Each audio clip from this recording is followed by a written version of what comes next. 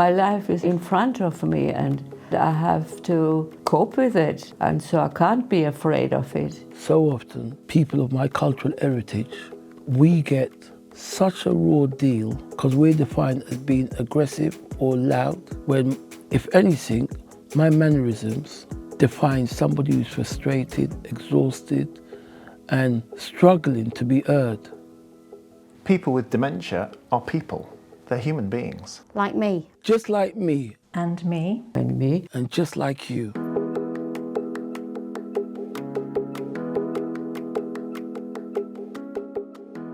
Memory loss can be one of the symptoms that people initially experience, but it isn't always the symptom that people get. Dementia is an umbrella term, a syndrome if you like, that describes any progressive change in memory and other thinking abilities. And there are over 100 different diseases that can cause dementia, the most commonly known of which is Alzheimer's disease. People might notice changes in their thinking or their ability to process information, changes in sleep. Sometimes people talk about being in a mist. It's so hard to explain. Sometimes it's as if I'm falling and I have to catch myself. I know something's wrong, but I can't put it into words.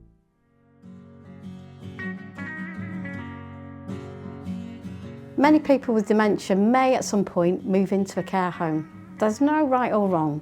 There's a lot of stigma attached with having a relative going into a home. And ultimately, although it was very difficult and we took a long time over it, it was her decision. Well, I suppose in the beginning, you don't know how it all works out, you know. But I'm still here, and I can't imagine that it could be better anywhere else. The move has allowed us to have more quality time together.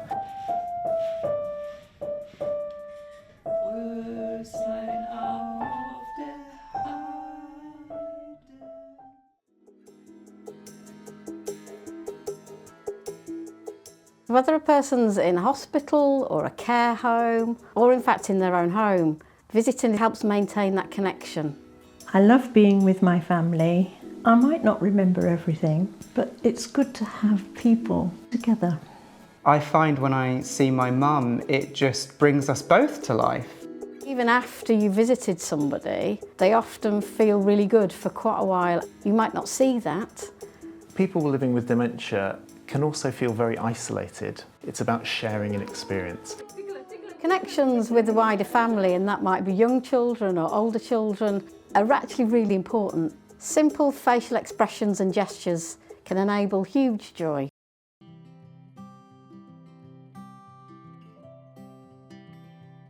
If you get dementia, it is not your fault.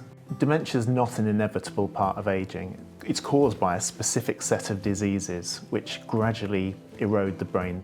Currently, only about a third of people realise that there are things they can do to help reduce their risk of dementia, such as keeping their heart healthy, by staying mentally sharp and active, and also staying socially connected to other people.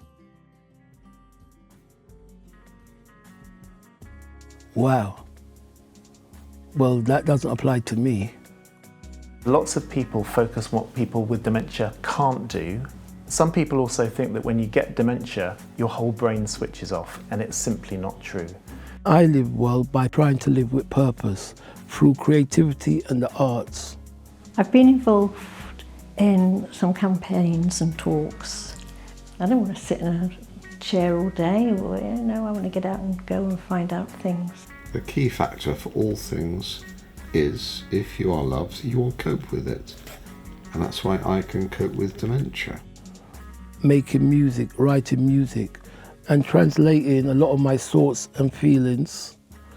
I have lived with this some time already, and I accept it. If we empower people, not just people with dementia, but their friends and their families, then I think people can lead better lives. See the person and not the diagnosis. Some dementia myths ain't true.